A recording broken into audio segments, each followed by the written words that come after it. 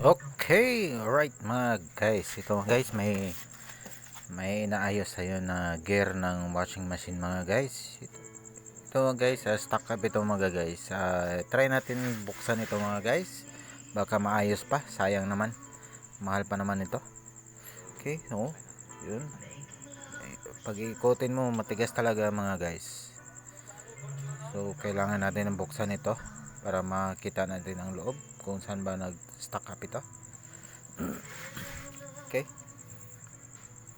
So ayan na mga guys, tinanggalan natin mga bolt mga guys. Ayan.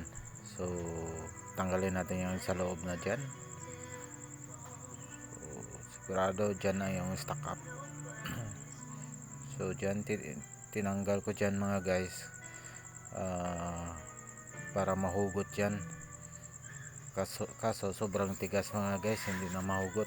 Siguro sa katagalan ng gear na to, dumikit na yung plastic at saka yung yung kanyang mga bolt mga guys. So pero nagawa natin ang paraan mga guys. So yan, lumambot na siya mga guys. Pag ikot-ikot natin, so medyo maluwag na siya mga guys. So hindi na matigas ikutin. So dyan mga guys, lagyan natin ng grasa din. So ayan, so dyan nilagyan natin sa gitna dyan mga guys, nilagyan natin ng oil at saka grasa dyan mga guys, para mas malambot siya mga guys. Okay. Ayan medyo ano na. Ayan, lagyan natin ng grasa mga guys. So kailangan natin mga guys linisin yung mga dumi dyan sa loob bago tayo maggrasa mga guys, para mas malinis, hindi na siya maka-create ng stock up dun mga guys sa loob.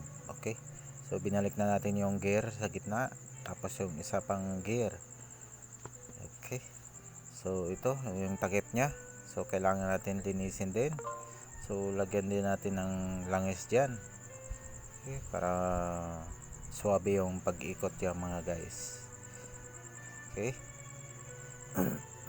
Tapos grasa din, lagyan din natin. Okay. So dyan mga guys, taklob na natin ito. Takpan na natin para okay na. Ayun.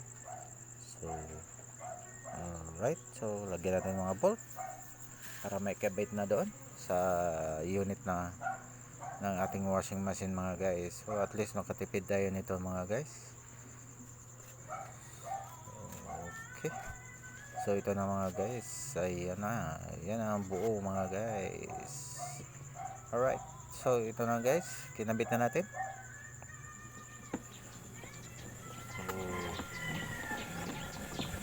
pag ganito mga guys, stock up, wag basta mag pwede pa i-try nyo sa kaya pa gawa ng paraan, sayang naman. Okay, so katipid ka pa. So ayan guys, try natin dito. So wag muna tayo sa gilid nito mga guys, para pag-ikot ng washing machine mga guys. Okay. Alright, so dito mga guys, testing na tayo. Ayun, umiikot na mga guys, so goods na goods. Tingnan natin dito sa loob. Ayun, umiikot na mga guys. Ayan alright, salamat sa panonood mga guys.